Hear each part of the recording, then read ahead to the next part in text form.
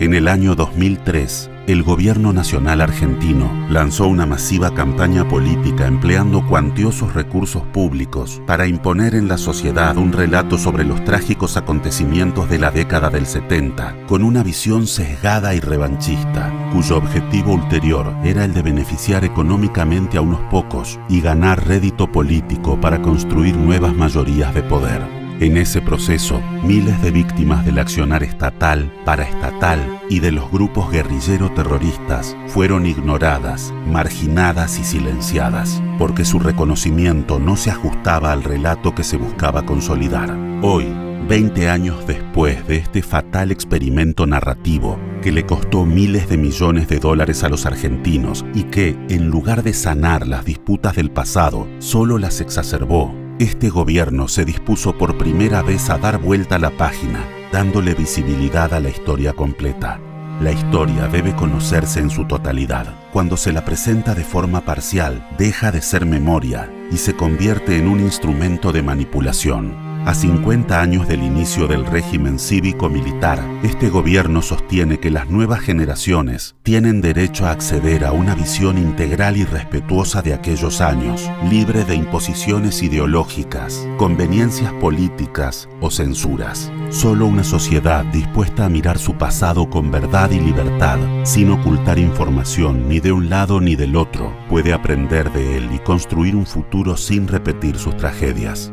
En ese espíritu, y como gesto de reparación y reconocimiento, convocamos a quienes fueron silenciados y cuyos derechos no fueron reconocidos a brindar su testimonio, para que sus historias aporten a una comprensión completa y honesta de nuestro pasado. Algunas víctimas citadas para dar su valioso testimonio optaron por no participar a efectos de resguardar su intimidad. A diferencia de lo ocurrido entre los años 2003 y 2023, este gobierno respeta ese derecho y no ejercerá coerción sobre la voluntad de las víctimas.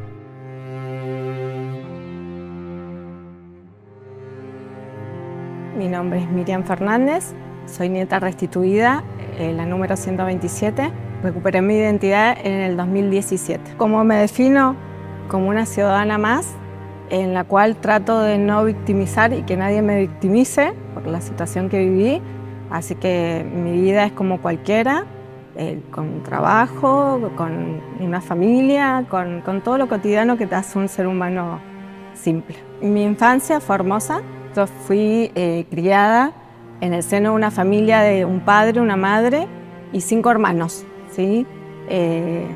Fue lo más natural como cualquier familia, y en realidad yo a partir de más o menos la edad de adolescencia yo ya empecé a sospechar de mi situación, o sea que no fue muy desconocida de la procedencia mía.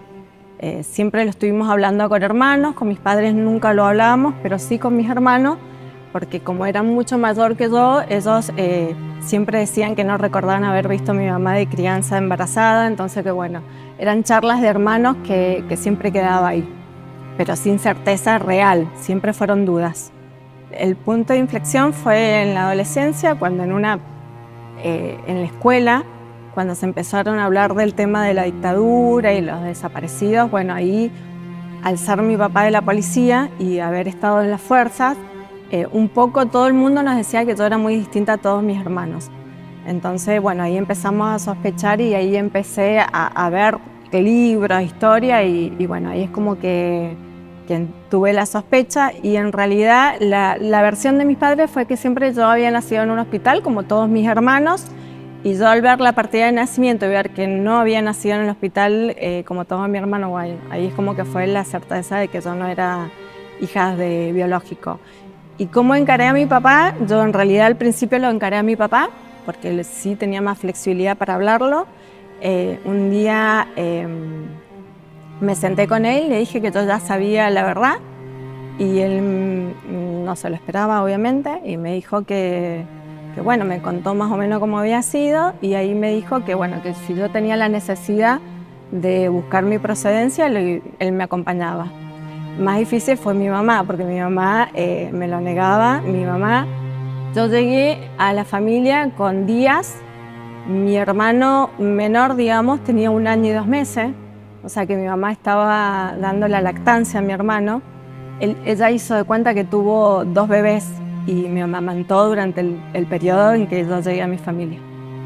Y de ahí cuando le dije a mi mamá no, se incorporó el rol de que me había parido y fue muy difícil correrse ese rol y conocer la historia verdad, de decirme la verdad, hasta que bueno, se levantó mi papá y le dijo, ya está, ya no podemos ocultar más la verdad.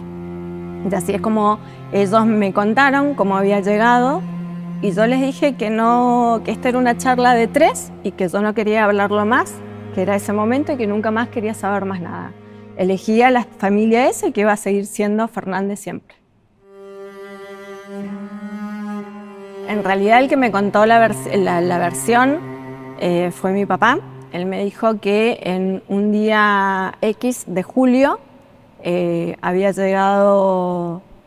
traído a mi casa una bebé con un compañero de trabajo y un militar, y que le habían dicho que necesitaban tenerla, que la cuidara por unas horas porque mi madre estaba en el hospital después de haber parido y necesitaban ubicar a mi padre biológico para entregarme a mi familia biológica.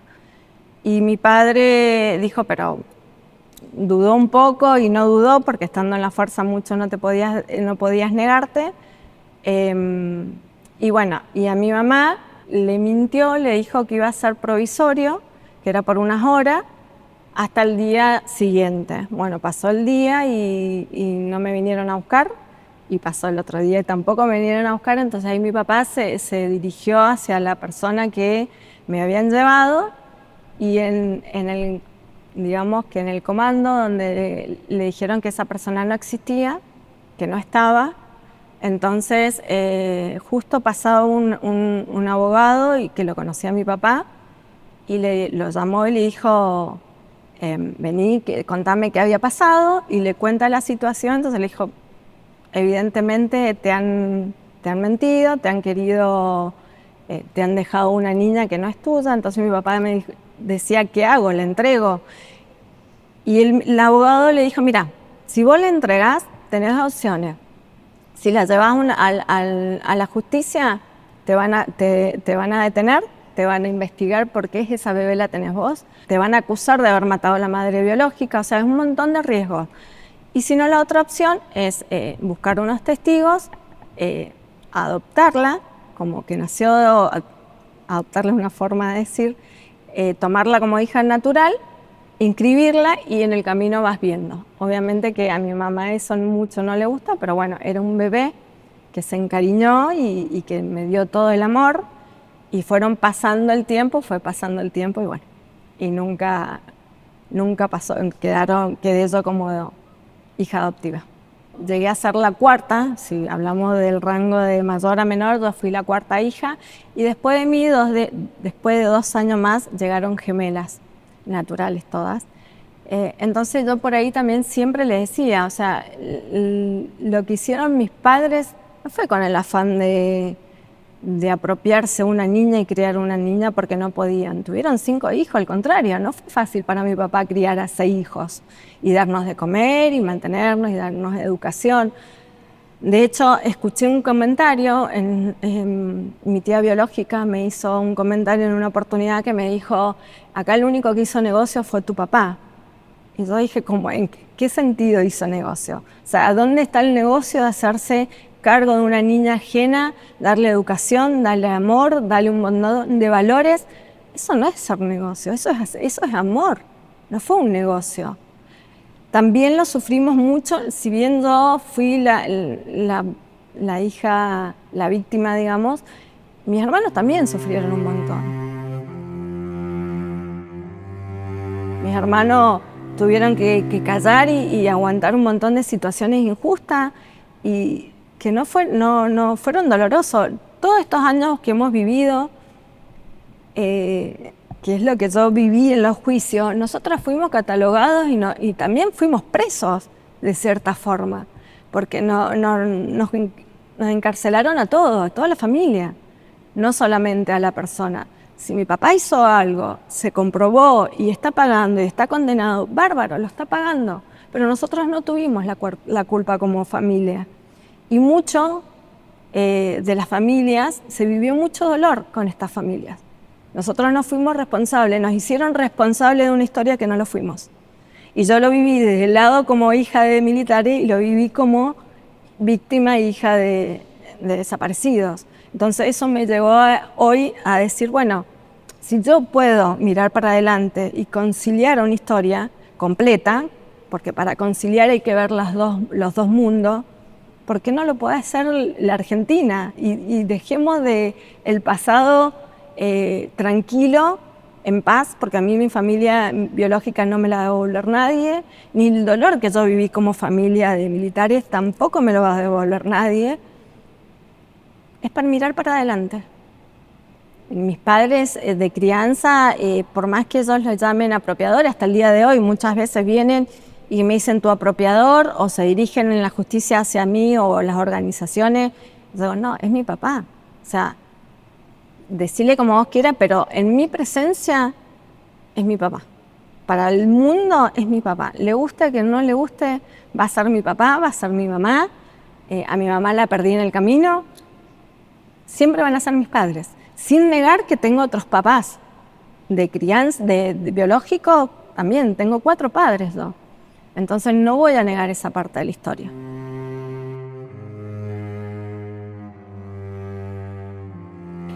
Mi padre de crianza era de las fuerzas, en el 2005 cae como en estos famosos juicios de lesa humanidad.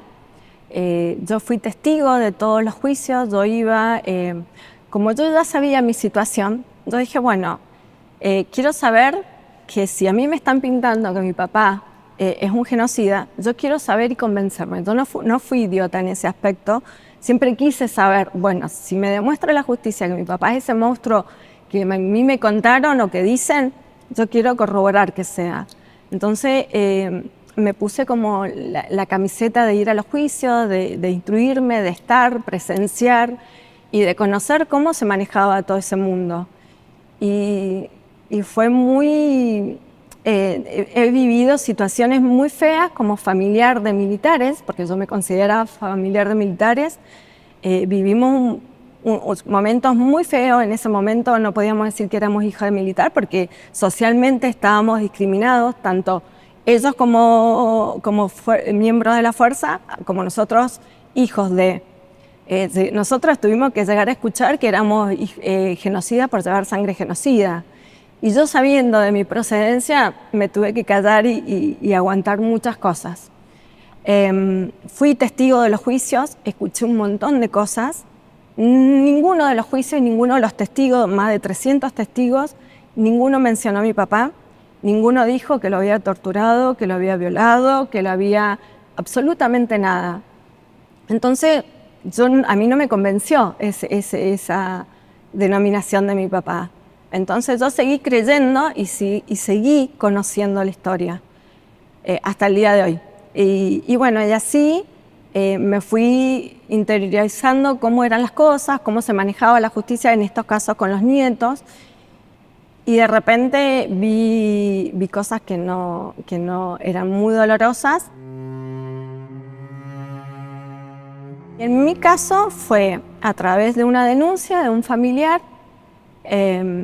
Hubo una investigación que tardó 5 años y un día X llega a mi casa una notificación para que yo me presentara. Como yo ya sabía de qué se trataba, me asesoré con abogados y todo, y me dijeron, y con personas que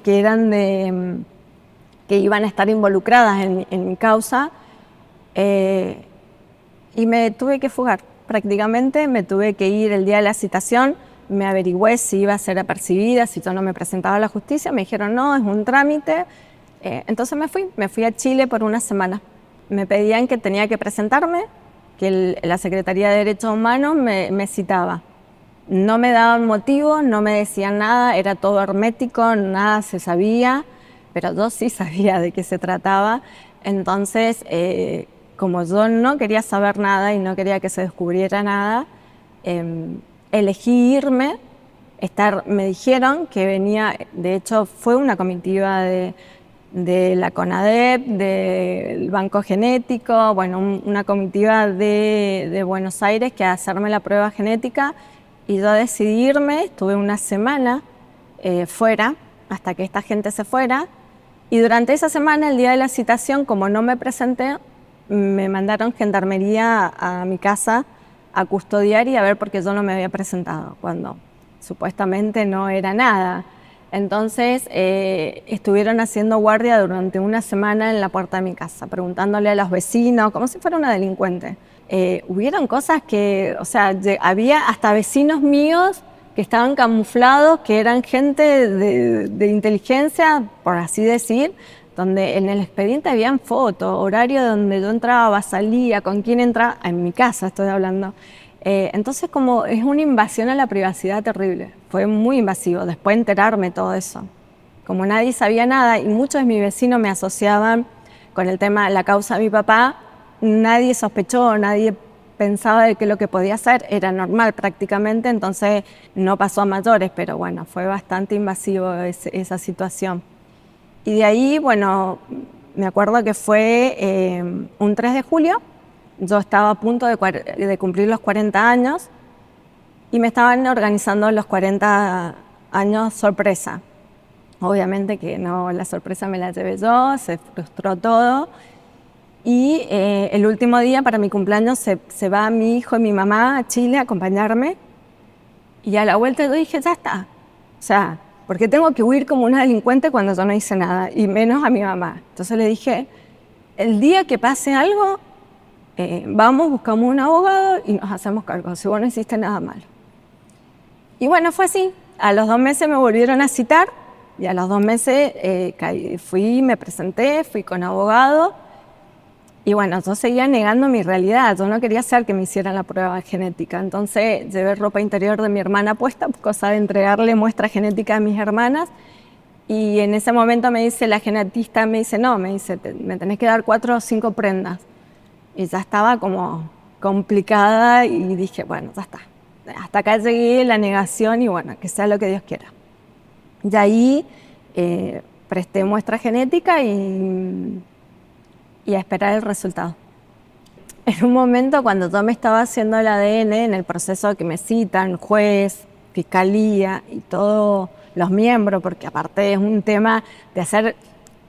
Vos imaginate que yo sabía mi procedencia y yo sí sabía de dónde venía, pero imagínate una persona que no sabe nada, que no tiene ni idea que puede llegar a ser hijo de desaparecido.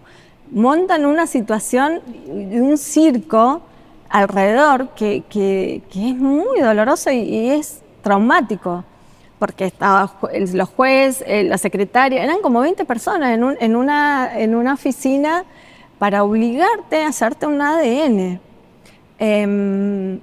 Entonces es muy traumático, por eso considero que ningún nieto quiera llegar a hacer esto, porque no es la forma. No te comentan, no te dicen, no te preparan para esto, para este impacto, porque es un impacto. Y bueno, ese día yo, como yo ya estaba como entregada a la realidad, yo le dije, lo único que quiero y que voy a luchar es porque a mi mamá no me la toquen. O sea, yo a mi mamá la tocan y yo me muero. Entonces me dicen la fiscalía, no, tranquila, me dicen, con las familias no nos metemos, con las madres no nos metemos. Digo, no, es mentira, dije otra palabra, pero dije, no es mentira. Yo he vivido cómo tratan a las personas, yo sé cómo los tratan. No me digas que no la van a tratar, que no la van a meter presa, que no les va a importar nada, lo que yo sienta, lo que yo quiera. Es mentira. Y bueno, desde ahí es como que se dieron cuenta que no me podían decir pera por olmo porque yo fui testigo de todo eso. Supuestamente hay un 50% de muestra genética, no todos presentaron muestra genética de sus familiares, entonces digo, bueno, corremos con el riesgo de que ese 50% no esté. Esa era tanta la negación mía, entonces hasta el último momento llegaron la época de la fiesta, porque siempre los organismos y la justicia se encargan de darte noticias hermosas para la fiesta, y llegó la fecha del 23 de diciembre y me llaman y me dicen, Miriam, ¿te podés acercar? Y fui y ya dije, ya está. Ahí me dijeron quién era mi familia biológica, obviamente que acepté. Al principio como que no quería acercarme y rechacé mucho los organismos, no quería saber nada, por el hecho de que estaba muy politizado todo ese sistema, entonces no me interesaba saber nada, quería darme mi tiempo.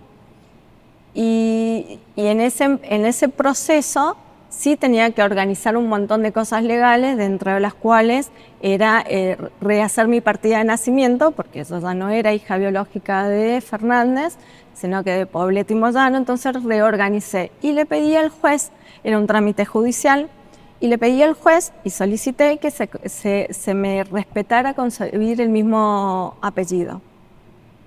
Para eso no fue decir, bueno, sí, mira, quiero llevar el mismo apellido. Tuve que hacer una audiencia, tuve que justificar, dar motivos lógicos por el cual yo quería llevar ese apellido, y obviamente que al juez se ve que lo convenció y me lo aceptaron. Cuando esto llega a voces de fiscalía, pegaron el grito en el cielo, que no, yo no puedo llamarme Fernández, yo no puedo llevar el apellido de un genocida, yo no puedo, un montón de cosas, he tenido que escuchar un montón de cosas. Y yo dije, no, yo me identifico como Fernández, yo he sido hace 40 años que me llamo Miriam Fernández, voy a seguir siendo Miriam Fernández sin renegar o negar mi historia, mis padres biológicos, pero eso no va a quitar que yo sea la persona que soy.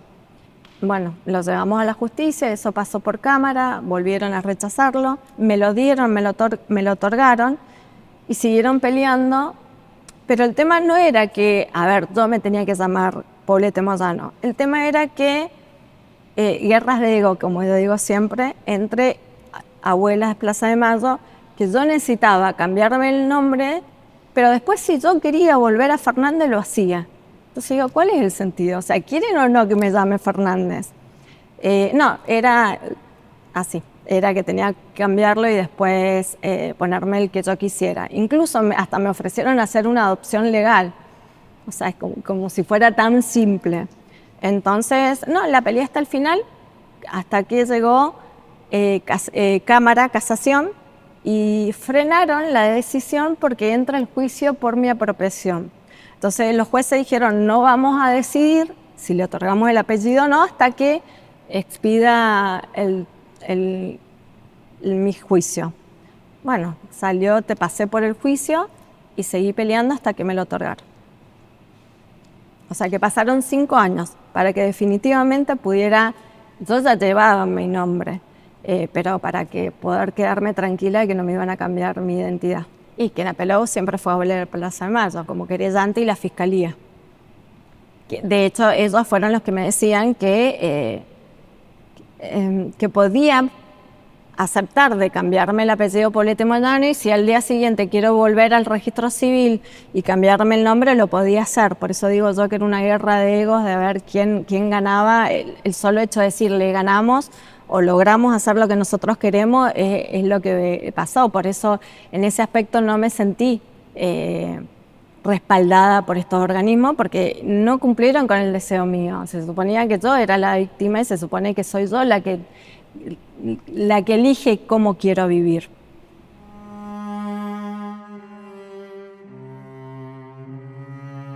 Yo iba todos los días a los juicios orales y me sentaba en el primer banquito frente al juez y frente a toda la fiscalía y escuchaba. Y escuchaba y varias veces denuncié que nos sacaban fotos, que nos amenazaban. Entonces como que yo era la jodida y me tenían mucho respeto en ese aspecto, entonces no se metieron conmigo porque era muy fuerte, entonces y yo planteé postura de decir, no, a mí no me van a invadir, o sea, no van a hacer lo que ellos quieren. Entonces, en ese momento no me invadieron porque sabía que yo no compartía su ideología. Entonces hubo como un manto de paja ahí. Yo soy una persona que trata de ver lo que es justo, lo que es blanco y lo que es negro. Entonces, si bien yo reconozco que se cometieron un montón de atrocidades en los 70, de la cual la historia me pone como víctima, también considero que no se contó la historia completa. Entonces yo soy como una persona que quiere, por la historia, por lo bien o por el mal, ya sea bueno o mala, para sanar en este país y para sanar como ciudadanos tenemos que contar la historia verdadera. Hubieron muchas cosas que no se contaron, muchas cosas que se taparon. Yo fui testigo de muchas cosas de mentiras, de escuchar testigos que terminaban de declarar y decir dónde paso a cobrar. Entonces se escucharon muchas cosas y se hicieron, la sociedad creyó un relato que no fue real, que no fue completo. Entonces yo creo que la historia me puso en un camino de estar de un lado y del otro, entonces de conocer una historia y de conocer la otra, entonces bueno, voy para que se cuente la historia completa. De hecho, yo en el juicio escuché relatos de mi madre biológica, que con 15 años se vino hasta Buenos Aires a esperar a Perón cuando volvió Iba a decir, con 15 años, una niña, yo como madre no hubiera dejado jamás que fuera mi hijo solo a un episodio así. Pero bueno, eran los jóvenes idealistas que decían que eran, y no fueron jóvenes idealistas. Eran personas, de hecho, cuando mi madre entra en la clandestinidad fue porque le confiesa a su mejor amiga que había puesto una bomba en la rotonda de avión de Mendoza por el aniversario del Mendozazo. Y esas cosas no se cuentan, y te contaron durante 20 años un relato que eran jóvenes idealistas, que querían un mundo más justo. Y no era eso, quizás sí, pero las formas no eran las más correctas.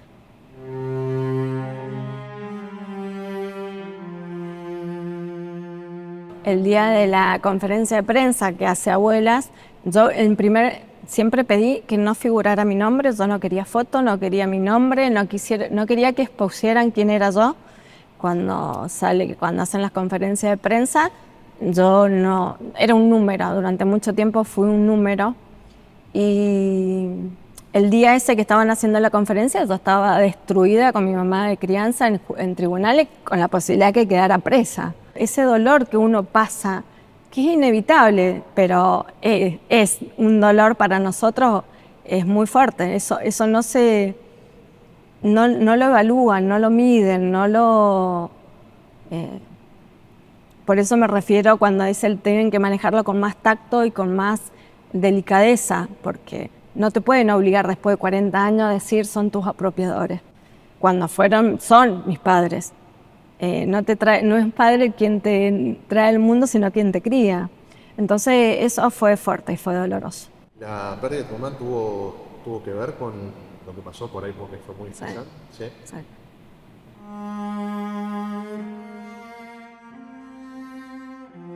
Bueno, mi mamá falleció en el 2023, en pleno, digamos,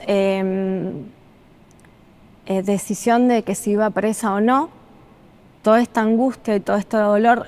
En realidad a mi mamá lo único que le pesó y que siempre tuvo miedo es que yo la abandonara, que yo no la quisiera. El ser juzgada socialmente, gracias a Dios, los vecinos, los amigos, el entorno, fue una mujer muy querida, muy querida. La acompañaron un montón en todo este proceso, no se sintió discriminada.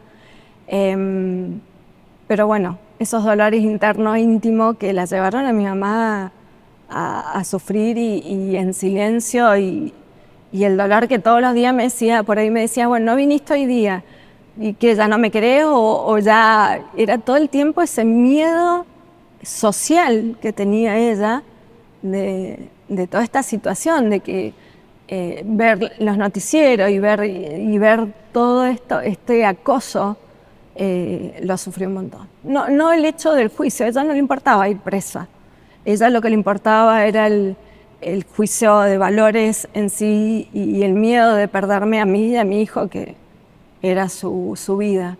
Ella lo único que me pidió es que no se lo dijera a mi hijo. Y yo le dije que no, esto era un tema, ni siquiera con mis hermanos, lo hablamos en familia, era un tema de a tres, los protagonistas éramos nosotros tres, y dijimos, queda acá y con esta explicación me es suficiente. Y de ahí en más, normal, como si nada, o sea, no pasó nada. Los sentimientos siguieron igual, al contrario, mucho más unidos que nunca, y siguió todo igual. Por eso, cuando por ahí me dicen, y yo no fui única hija, Yo no puedo decirte si tuve diferencia, tuve maltrato, no, porque a nosotros nos trataron y nos dieron a los 6 lo mismo, el mismo cariño, la misma educación, las mismas condiciones económicas. Lo mejor que pudieron nos lo dieron, la mejor educación que nos dieron, lo que ellos pudieron. Mi mamá fue una mujer que se casó con 16 años, fue mamá a los 17 años, vivió para ser ama de casa y para ser madre. Es lo único que eso, vino a este mundo para eso. Por eso siempre me dijo, yo no me arrepiento de hacer lo que hice, lo haría 1 y 1000 veces. De hecho, yo tengo un hijo de 24, yo cuando me quedé, me separó cuando mi hijo tenía 2 meses, y mi papá se tomó la posta y me dijo, así de la misma manera que me salvó y me rescató en eso con días, mi papá lo hizo cuando yo me quedé sola con un bebé recién nacido. Me llevó a su casa, me mantuvo, me ayudó, me acompañó y crió un nieto más. O sea que crió no solamente ese hijo, crió 7 hijos. En ningún momento la metieron presa, en ningún momento quedó detenida. Yo siempre iba con ella y siempre la acompañé en todo momento, incluso los juicios de bebé, siempre he estado al lado de ella. Pero bueno, tengo que agradecer que mi madre hoy esté muerta, porque si no estaría presa. Si te tengo que contar cada minuto de lo que yo viví, o sea, no me lo va a volver nadie. Fueron momentos de mucha angustia, pero hasta el día de hoy, haber perdido a mi mamá fue lo peor que me pasó. Pero bueno, si eso sirve para sanar, y lo loco de todo esto, que los padres de crianza del nieto de Carlotto no tuvieron juicio. Entonces voy a decir, ¿por qué tanta imparcialidad? Porque algunos sí, otros no. Entonces, obviamente que no tocaron, y ahí es donde se mete la política, no tocaron a los padres de Guido, porque Guido no comparte. De hecho, vos fíjate que no es una persona pública entre los nietos. Él no comparte la política de su abuela. Y estuvieron mucho tiempo peleados. Pero bueno, políticamente correcto no pueden demostrar eso. Pero es así, es injusto.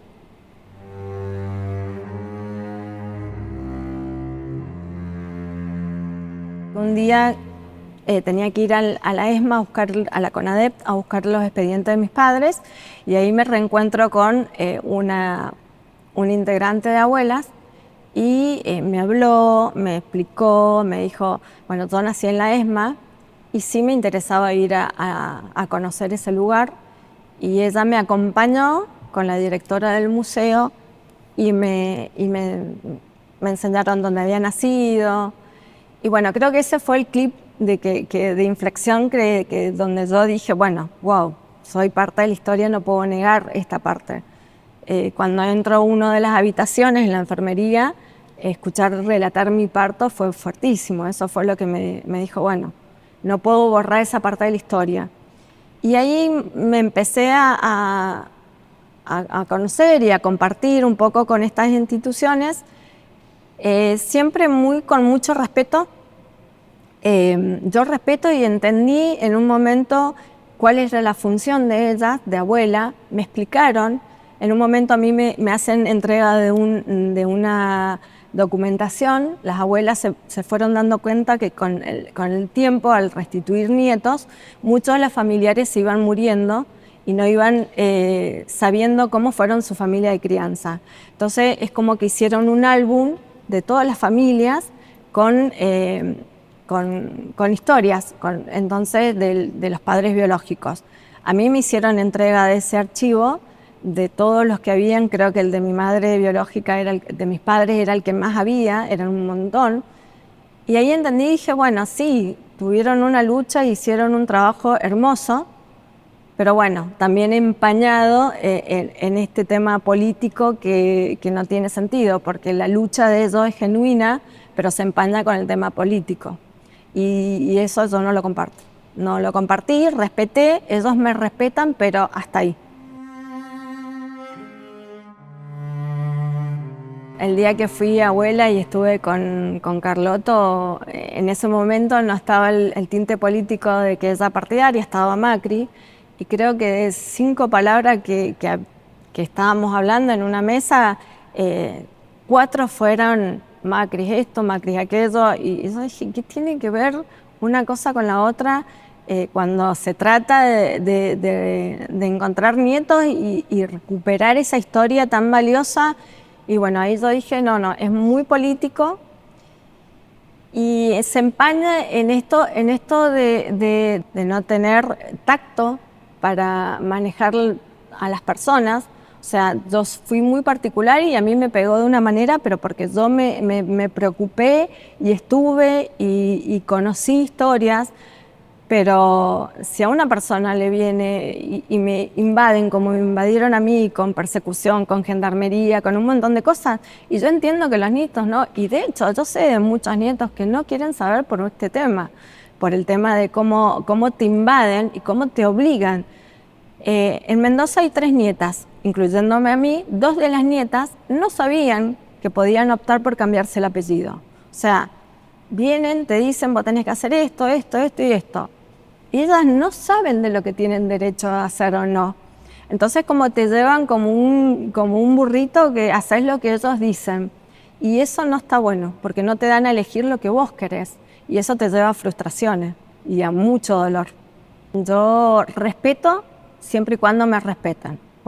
Como yo me vi respetada en ciertos puntos, yo respeté. De hecho, valoro un montón la lucha de ellas y reivindico su lucha. Pero bueno, vuelvo a repetir, esto político ensucia toda esa lucha y aparte me tocó vivir muchas situaciones con mi familia biológica en donde la víctima soy yo. No se tienen que poner del lado de la familia biológica, sino de la mía, porque a mí yo soy supuestamente la víctima. Entonces, en ese aspecto no sentí acompañamiento, no sentí ayuda.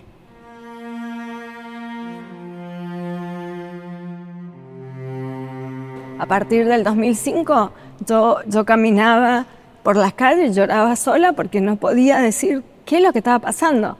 De repente pasé de ser una ciudadana del lado de la justicia, siendo mi papá policía o de la fuerza, siempre tan correcto, siempre nosotros con valores de correcto, de no hacer, cometer ningún delito, de no cometer faltas, y de repente se me dio vuelta el mundo a decir, estoy pisando una cárcel. Pasé a ser como una delincuente, a vivir la vida de lo que tanto me enorgullecía de mi papá. Eso fue muy traumático para todo. Por eso digo yo, la familia de la fuerza fue muy traumático. Fue muy feo porque aparte nos trataban como delincuentes.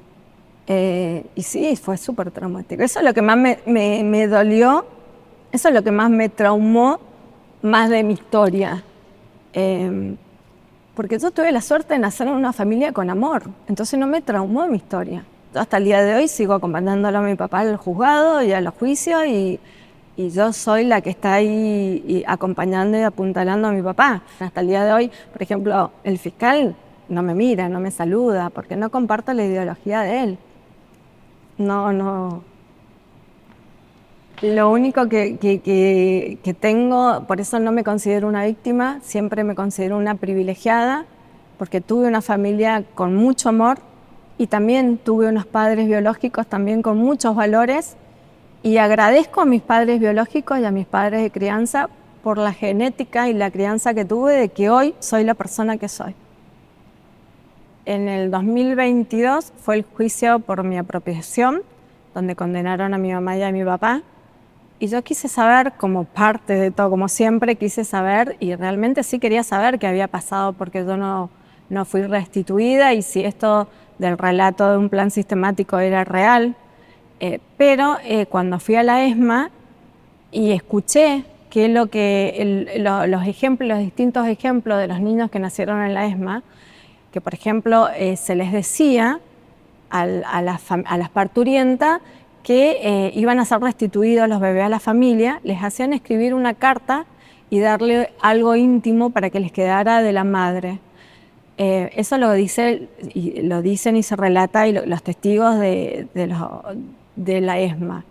Entonces yo dije, bueno, quiero saber qué pasó, porque si bien yo nací en la ESMA, fue el primer parto en la ESMA, y mi madre biológica era de Mendoza, yo quería saber por qué pasó que no llegué a destino. Según mis familiares biológicos, le dijeron a mi abuelo que yo iba a ser restituida. Él pertenecía a las fuerzas también y tenía un conocido acá en Buenos Aires donde le dijeron que yo había nacido y que iba a ser restituida. Y me esperaba.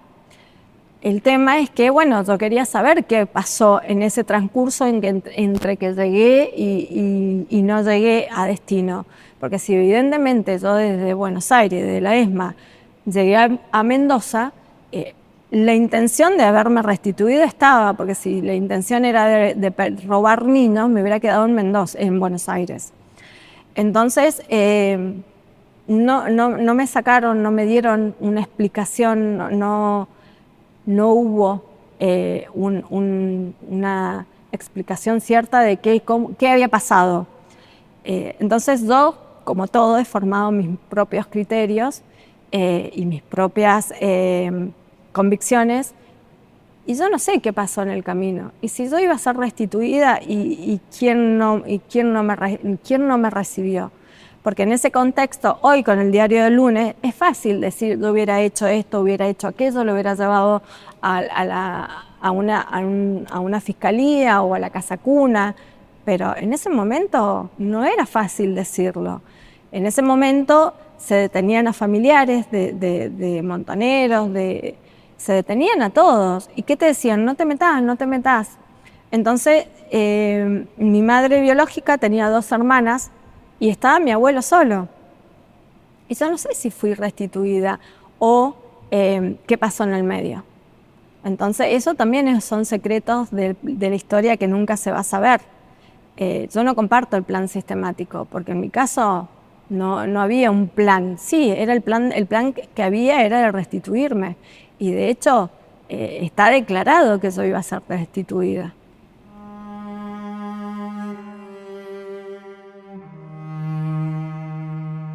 Yo creo que hay que poner un manto de paz, tratar de ponerle un poco de amor a la historia, que el odio no lleva a nada, que hay que ser más reflexivo, más compasivo y mirar para adelante. Mirar para adelante, y si todos queremos un país mejor hay que mirar para adelante. El pasado ya está, no se vuelve del pasado, no vamos a reivindicar ningún desaparecido, no vamos a reivindicar nada. Es mirar para adelante. Eso es lo que le pido, si tengo que hacer un pedido, es que los ciudadanos miremos para adelante y dejemos el pasado tan doloroso para todos, para toda una sociedad. Hay mucho odio del otro lado. Y ese odio yo no lo comparto, y ese es odio el que te tratan de incorporar para que vos entiendas una historia o para que sepas una historia errónea. Yo creo que eso es lo que nos hace tanto mal, ese odio, y yo creo que si no calmamos ese odio no vamos a poder mirar para adelante o poner un poco de paz en toda esta historia. Y una vez que se pongan todas las cartas sobre la mesa y se cuente la verdad, yo creo que ahí vamos a sanar, aprender a sanar como yo aprendí a sanar, y de entender que soy un pedacito de la Argentina que no elegí, que no soy responsable, que la historia me puso en este lugar. Entonces, si yo puedo mirar para adelante y sanar todo el dolor que hubo en los 70, yo creo que todos podemos sanar. Pero bueno, para eso hay que poner las cartas sobre la mesa, hay que contar la historia completa y hacerse cargo. Como yo me hice cargo ese día en la ESMA, escuchar cómo nací. Ahí me hice cargo de mi realidad y dije, bueno, soy esto y hay que mirar para adelante.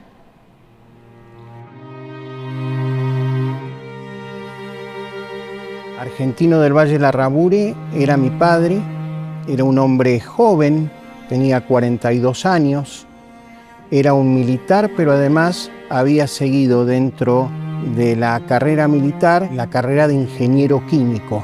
Se desempeñaba en la fábrica militar de pólvoras y explosivos de Villa María en el año 1974. Era pleno gobierno democrático, Perón había fallecido el 1 de julio de ese año y María Isabel Martínez de Perón lo había sucedido.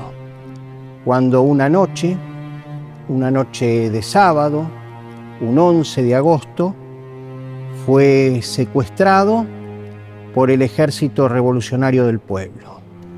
Yo cuando lo secuestraron tenía 15 años. Estos poseídos de transformaciones revolucionarias tras la sombra y la traición asaltaron la fábrica militar, donde en mi carácter de ingeniero militar me desempeñaba como subdirector. Eso fue una noche del 11 de agosto de 1974. Fue durante la realización, en las instalaciones del Casino de Oficiales de la Fábrica Militar de Pólvoras y Explosivos Villa María, de un acto burgués consistente en una reunión social. Sorpresivamente atacado, fui tomado como rehén por un grupo subversivo.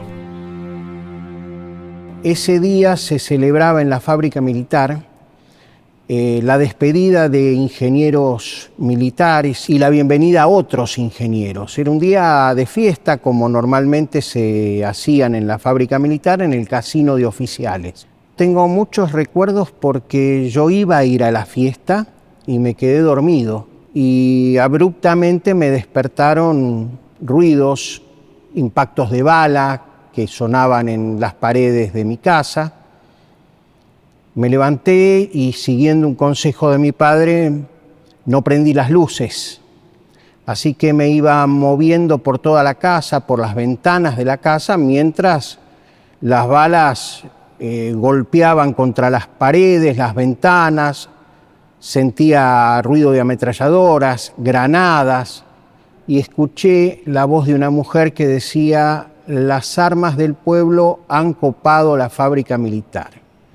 El Ejército Revolucionario del Pueblo, un grupo fuertemente armado, más de 100 hombres, coparon la fábrica, ingresaron por la parte de atrás. Yo no quería salir de mi casa porque con las balas que sonaban y que tiraban, porque se estaba librando un combate, dije, me quedo acá porque si no me matan.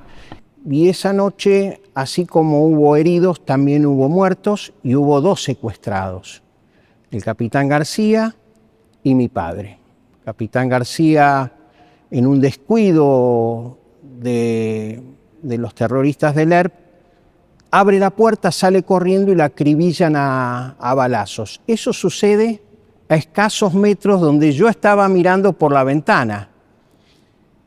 Al otro día vimos todos las cápsulas que quedan y la sangre de García. Lo levantan a García, lo ponen en el auto, lo llevan y al otro día lo abandonan porque prácticamente se estaba muriendo. Una cárcel del pueblo, la titulan. Lo del pueblo está de más, por cuanto se gobierna por sus legítimos representantes. ¿Qué representan quienes se arrogan el derecho de hacer purgar culpas con carceleros con capucha? Es necesario preguntar qué se proponen los siniestros cultores de estas cárceles, que medran con la violencia para lograr dinero, para financiar sus aparatosos y burocráticos sistemas de delincuencia revolucionaria. Burócratas carceleros con capucha. La subversión en su estrategia y en su táctica busca crear el caos nacional. En la estrategia están los revolucionarios burgueses, con coches, mujeres, departamentos, buenas pilchas y cuentas en el extranjero. Su escenario es multinacional. Hablan de revolución de América Latina y sus representantes se reúnen en Praga para recibir instrucciones de un buen señor maestro. Bueno, ellos lo llevaban a lugares que tildaban cárceles del pueblo. Todos tenían las mismas características. Eran lugares subterráneos, escondidos, normalmente debajo de una casa. Y el primer lugar donde he llevado es Mendiolaza. Esos son los primeros 3 meses. Después, porque ¿qué pasa? Lo buscaban por todos lados.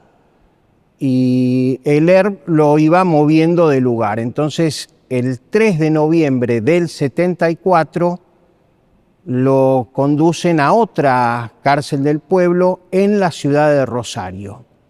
Ese va a ser su último destino y hay una hoja de guardia porque yo, investigando la historia de mi padre y cómo fue el secuestro y cómo fue su cautiverio, veo que ingresa el 3 de noviembre del año 74 a un pabellón que se llamaba Tetamanti.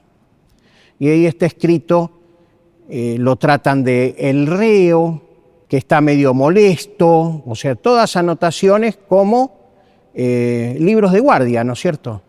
¿Quiénes eran los carceleros? Eran jóvenes, porque mi padre en ese cautiverio escribió un diario. Y en ese diario no les veía la cara porque estaban encapuchados, pero sí les veía las manos y veía que eran jóvenes por las manos. Las manos son características de la juventud. Mis enemigos son medrosos y pusilánimes ante iguales y superiores, impulsivos, cortantes y autoritarios ante inferiores, débiles, cautivos y desarmados, valientes en las sombras, en la sorpresa, en la espalda o en el insidioso dardo arrojado por detrás a su oponente. En el cautiverio se corta abruptamente la relación con un medio formado por la integración de familia, trabajo y amigos. Se cae a una celda estrecha, húmeda, un escondrijo de ratas, donde los carceleros encapuchados juegan una suerte de duendes o de brujas. La cárcel del pueblo era de escasas dimensiones, eran condiciones infrahumanas, el lugar era prácticamente un poco más grande que su físico. Tal es así que él era un hombre de 1,84, medía 1,84 y cuando se paraba prácticamente tocaba con su cabeza la altura de la celda. Era una celda burdamente construida. Él era un enfermo asmático y cuando llovía entraba agua. Y él en ese diario de cautiverio que yo te comentaba, dice, limpio mi ratonera. Con eso te das una idea de las dimensiones.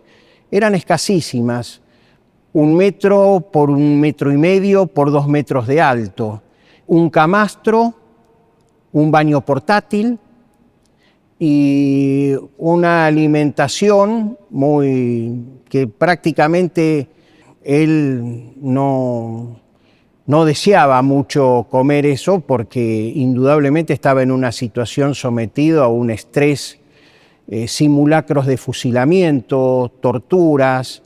Se comprobó, había sufrido corriente eléctrica en los genitales. Una vez se encontró que la celda estaba abierta, subió, porque ese lugar, esa celda era subterránea, subió, le vio las caras, se armó una pelea muy fuerte, él golpeó, rompió vidrios, pero como eran más y más jóvenes, lo golpearon, lo voltearon y lo llevaron otra vez. A partir de ahí ya quedó atado al camastro, atado con cadenas al camastro para que no pueda nuevamente salir de esa situación. De la historia argentina es el secuestro más largo. Duró más de 1 año, 372 días. Los carceleros no hablaban para nada con mi padre, salvo lo buscaban adoctrinar en técnicas y libros del terrorismo, del Che Guevara, de Ho Chi Minh, pero tenían funciones de adoctrinamiento. Mis carceleros me han brindado entrevistas para hablarme de política. Por supuesto, de política revolucionaria, empapada de Mao Zedong, Regis Debré, Giap, Ho Chi Minh, Guevara y demás. Les he expresado que mi formación es eminentemente técnica y no siento vocación y prácticamente me fastidia la política. Para prepararme, me han entregado la bibliografía correspondiente y persisto en mi obstinación de mi poco apego a tales estudios e insisto en que deseo libros de matemáticas, física o química. En septiembre, él es secuestrado el 11 de agosto. Nos quería llevar tranquilidad de que estaba vivo, de que estaba bien. Nosotros no sabíamos cómo estaba. Decía en la primera carta que era tratado como prisionero de guerra. Si uno piensa que los prisioneros de guerra son tratados así, yo creo que realmente nos mentía para no preocuparnos. Después, su forma de escribir cambió. Nosotros, la familia, notamos que se transforma. Primero eran cosas como imperativas, como dando órdenes, dirigiendo a la familia, vendan el auto, me preocupa la vivienda futura. Después ya comienza a darnos mensajes muy diferentes. Por ejemplo, el 22 de octubre de ese mismo año nos escribe una carta donde dice: a mis hijos y ahijado especialmente que no olviden mi mensaje. Aún suceda lo peor, no deben odiar a nadie y devolver la bofetada poniendo la otra mejilla. Sigan el ejemplo del abuelo Arturo, arquetipo de la bondad personificada. Y él mandaba una foto, porque nosotros le habíamos pedido a LERP una prueba de vida. Ahí cuando vimos esa foto nos dimos cuenta de que trato de prisionero de guerra y caballeresco no había nada. Había perdido ya 48 kilos de peso, por lo menos. En una parte del diario dice algo así: a Dios que con tu sabiduría omnipotente has determinado este derrotero de Calvario, a ti te invoco para que me des fuerzas. A mi muy amada esposa, para que sobrepongas tu abatido espíritu por la fe en Dios. A mis hijos, para que sepan perdonar. Al ejército argentino, para que, fiel a la tradición, mantenga enhiestos y orgullosos los colores patrios. Al pueblo argentino, dirigentes y dirigidos, para que toda la sangre inútilmente derramada los conmueva a la reflexión. A mi tierra argentina, ubérrima y acogedora, escenario infausto de luchas fratricidas, para que cobije mi cuerpo y me dé paz. Mi intención no es el insulto ni formular personalismos. Más bien, me impulsa a escribir este cautiverio que me sume en las sombras, pero que me inundó de luz. Mi palabra es breve, sencilla y humilde. Se trata de perdón, y que mi invocación alcance con su perdón a quienes están sumidos en las sombras de ideas exóticas, foráneas, que alientan la destrucción para construir un mundo feliz sobre las ruinas. Yo creo que el odio destruye. El que siente odio profundamente lo carcome, te va comiendo por adentro. De hecho, me pasó a mí cuando apareció el cuerpo de mi padre y no lograba asimilar todas estas cartas y estas enseñanzas y este diario. Hasta que descubrí que él tenía razón, que había que vivir en el amor, había que vivir en paz, que los argentinos podemos convivir, aún nuestras diferencias, que seguramente son muchas. Yo creo que la enseñanza más importante es que la Argentina es un país hermoso, pero que tenemos que alinearnos todos en un mismo objetivo. De hecho, aquel que gana, que triunfa democráticamente, tiene que ser ayudado por la oposición y terminar con las zanjadillas y todas las cosas que estamos viendo a diario, ¿no? Se hicieron muchas gestiones, la gente del ERP se contactó con nosotros, vino a la casa donde estábamos, en el barrio de Floresta. Se iba a llevar adelante un canje. Ellos pedían 5 terroristas detenidos por el ataque al Comando de Sanidad, 6 de septiembre del año 1973. 5 terroristas a cambio de la vida de mi padre. Nosotros llegamos hasta la instancia superior, que era la presidenta de la Nación, e Isabel Martínez de Perón no quiso recibir a mi madre, la dejó plantada con el tapado puesto. Él se da cuenta porque cuando este canje es infructuoso, no llega a destino, él sigue enviando mensajes. y ahí en determinado momento el ERP le ofrece recuperar su libertad. Y él les pregunta, está en el diario también, ¿recuperar mi libertad a cambio de qué? Usted, mayor, tiene una evidente inestabilidad emocional y habiéndolo abandonado su ejército, usted puede lograr su libertad. ¿Lograr mi libertad? ¿A cambio de qué? Mayor, usted es especialista en armas y explosivos. Acepte usted trabajar como asesor para las fábricas de nuestra organización y será libre. Por ese precio, no. Solo la muerte, que sabe a la pureza del fruto no corrompido. Trabaje para nosotros y será libre. Él reflexiona, se tira en su camastro, queda enardecido y dice, a ese precio no, prefiero la muerte. Hijo mal parido sería trocar este mísero encierro mientras mi alma se envilece en el fango de estos miserables.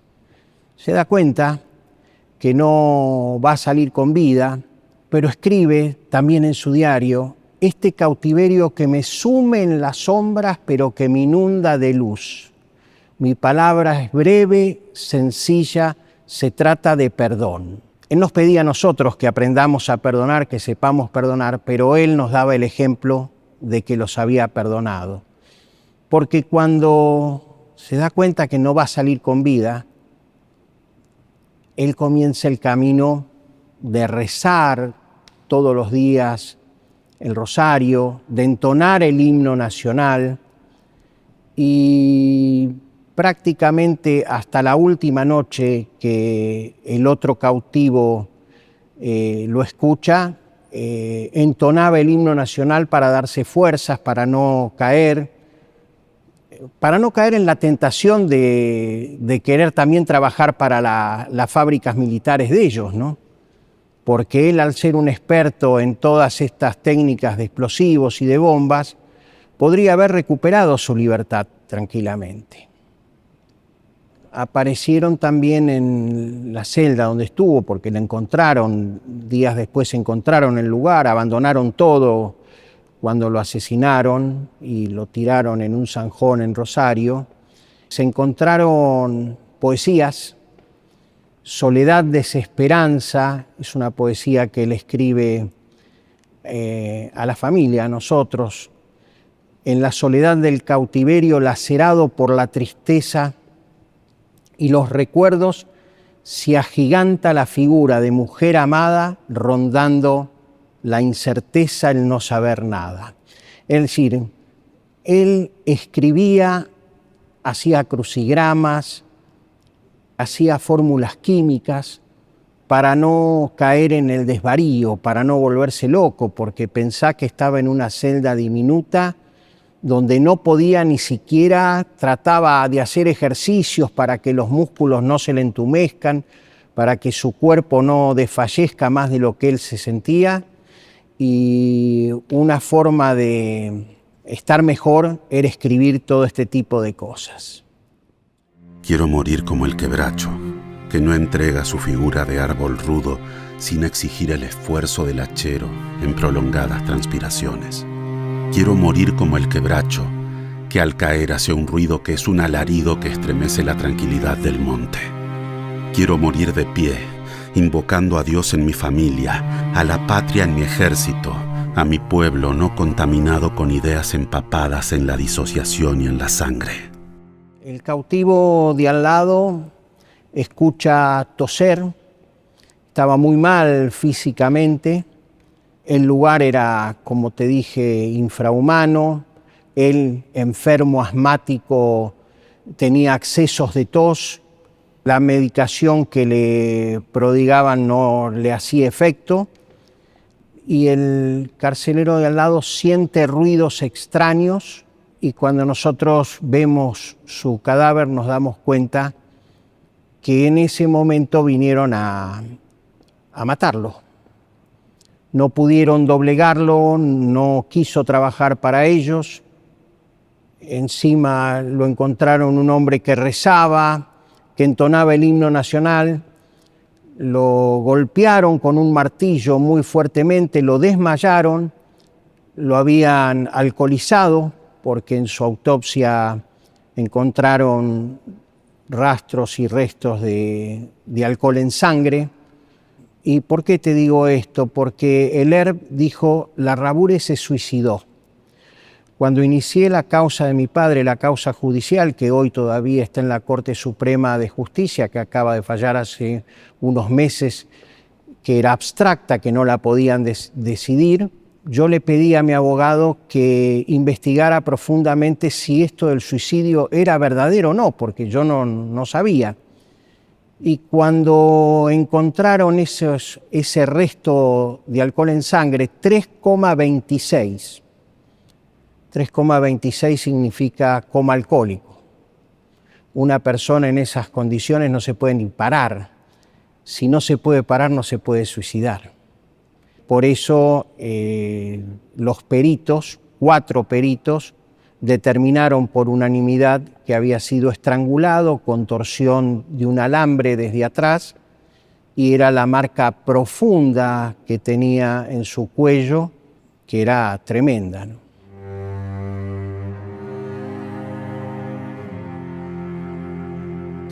Bueno, a nosotros se nos tornó muy difícil porque mi madre, que también era una mujer joven, no quería vivir, no quería comer. Entonces asumimos, nosotros los hijos nos transformamos en padres. Mi hermana y yo le dábamos de comer, tratábamos de alegrarle la vida, que tuviera una razón de vivir. Mi madre ya no quería vivir más. El tiempo cicatriza las heridas y con el tiempo ella va saliendo adelante, nosotros también, pero indudablemente la carga para nosotros había sido muy pesada porque éramos adolescentes, no éramos adultos. Queríamos estudiar alguna carrera, no nos iba bien, mi hermana comenzó traductorado de inglés, tuvo que dejar, yo arranqué con la Facultad de Medicina, hice un año y también tuve que dejar. Era muy difícil vivir sin la guía de un padre y con una madre que estaba en una situación realmente muy mala. Pero con los años, un día nuestra madre nos dijo, chicos, nosotros no podemos seguir hablando todos los días de lo que le pasó a su padre. No podemos vivir así, porque si no, no vamos a sobrevivir. La vida se va a tornar un infierno para nosotros. Y la comprendimos, dejamos de hablar, hicimos un gran esfuerzo, esto no es tan fácil, ¿no es cierto? Hicimos un gran esfuerzo, continuamos nuestra vida de adolescentes de la mejor manera, de la manera más normal posible, y bueno, ella fue mejorando también. Con mi hermana se fue a vivir primero al interior, con los años yo la seguí, los dos formamos familias numerosas, ella tiene 4 hijos y casi 20 nietos, yo tengo 5 y 10 nietos. Apostamos a la vida, apostamos al amor, apostamos a que el odio, como te decía hace un rato, carcome, te envilece y te deja el alma dañada. En cambio, el amor construye, el amor te hace vivir de otra manera. Y así apostamos nosotros y la verdad estamos contentos con eso.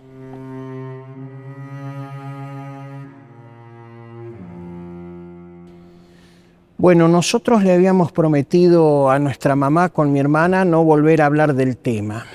Mamá había fallecido hacía muy poco y dentro de todo yo creo que mi padre se la llevó o Dios se la llevó en un momento muy especial porque lo que venía fue para nosotros traumático realmente. En el año 2003 descubrí que la historia que yo conocía, nadie la conocía, no se podía contar, no se podía narrar. En las escuelas nunca se hablaba de eso, se hablaba de otras cosas. Entonces me rebelé. me rebelé. Un día llegó mi hijo, el cuarto, me dijo: papá, me dijeron en el colegio que todos los militares son unos asesinos, y entonces, papá, vos no me contaste la historia del abuelo, o me mentiste con la historia del abuelo, me dijiste que era un militar, era un asesino mi abuelo. Le dije: mira, hijo, llegó el momento en que escriba un libro. Y así nació Un canto a la patria, que lo titulé de esa manera porque mi papá le cantaba a la patria, ese himno nacional que de alguna manera lo fortalecía y le daba fuerzas en ese cautiverio tan cruel que tuvo. Escribí ese libro, escribí alguna carta de lectores, fui trabajando, me fui acercando a distintas víctimas del terrorismo, descubrí que había muchísimas, miles de víctimas del terrorismo que no habían tenido voz, y la verdad fuimos haciendo con varias víctimas del terrorismo un trabajo lento, incesante, pero reparador. Nosotros queremos que la verdad completa se imponga, que los chicos tengan todos los elementos para poder discernir qué estuvo bien, qué estuvo mal, con sus más y con sus menos. Pero queremos darle la visión. Nosotros somos testigos de esa época. Vivimos esta época, podemos dejar este testimonio, todavía lo podemos, todavía vivimos. Así que me parece que esto para las víctimas del terrorismo es reparador.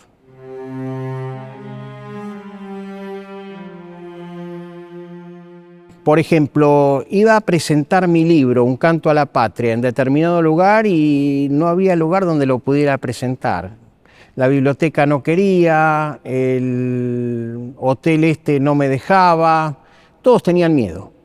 En Tres Arroyos no me dejaron, en el lugar donde yo vivía, donde viví casi 30 años, no me dejaron presentar en la biblioteca pública de la ciudad, no me dejaron presentar el libro. Tuve que recurrir a una confitería que tenía un salón y ahí lo pude presentar. Eso me dolió muchísimo, pero en vez de dejarme inmóvil y quieto, decidí que tenía que tener más fuerza para seguir adelante. Obviamente la gente llenaba los salones porque la gente quiere conocer la verdad. La gente no le gusta vivir en la mentira. La gente quiere saber qué es lo que pasó realmente. Era tal el mensaje falaz que escuchábamos que la gente realmente comenzó a sospechar, sobre todo los más grandes que decían: pero esto no es así, esto no es lo que yo viví. ¿Por qué no les han enseñado a los chicos? Yo creo que es un buen momento para educar en la verdad, para que se cuente toda la historia completa y que los chicos tomen cada uno su decisión de creer esto o creer el otro, pero que le den todos los elementos. No hay ninguna víctima del terrorismo que pueda ir a una escuela pública prácticamente a contar sus historias. Y eso que hay más de 20.000 víctimas del terrorismo en la Argentina, que no han tenido ni reparación, ni verdad, ni justicia, ni memoria y menos historia.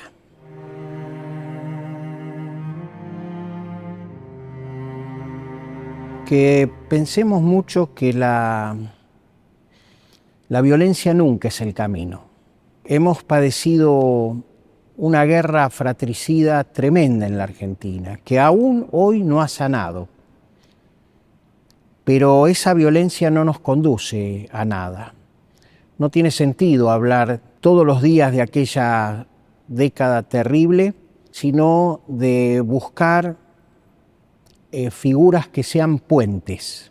De hecho, yo he tenido encuentros muy hermosos con Graciela Fernández Meijide. De hecho, he hablado hace muy poquito con ella, está muy grande ya Graciela, y con otras personas, inclusive con Luis Labraña, que fue aquel que dijo que inventó el número de los 30.000 desaparecidos.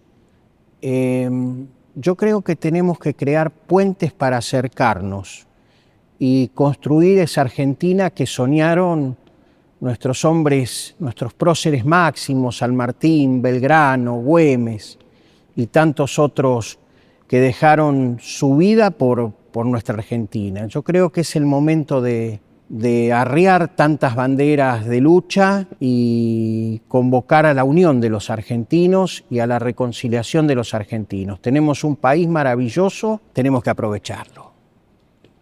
Eduquemos en la verdad a nuestros jóvenes. Solo educar en la verdad construye un país mejor.